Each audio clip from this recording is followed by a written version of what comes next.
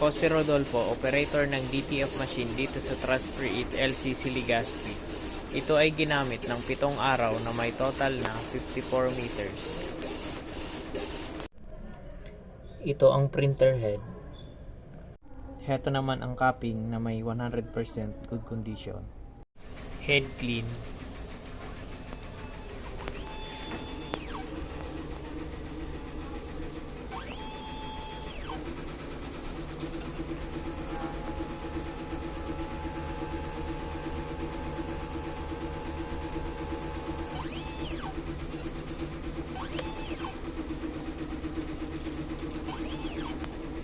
Punasan ang wiper pagkatapos mag-head clean.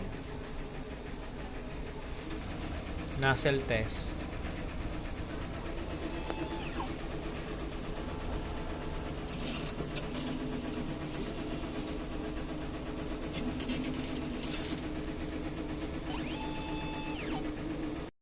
Ang ink system label namin ay tama lang. Ang damper ay pinalitan noong March 2026. Ito ang ABR. Ito naman ang waste tank na nilinis ngayong araw. Dito nakalagay ang ground wire. Dito nakalagay ang stock ng unused ink, cleaning solution, DTF powder. Dito naman nakalagay ang stock ng DTF film, in-use ink, weekly inventory, consumable withdrawal, daily output.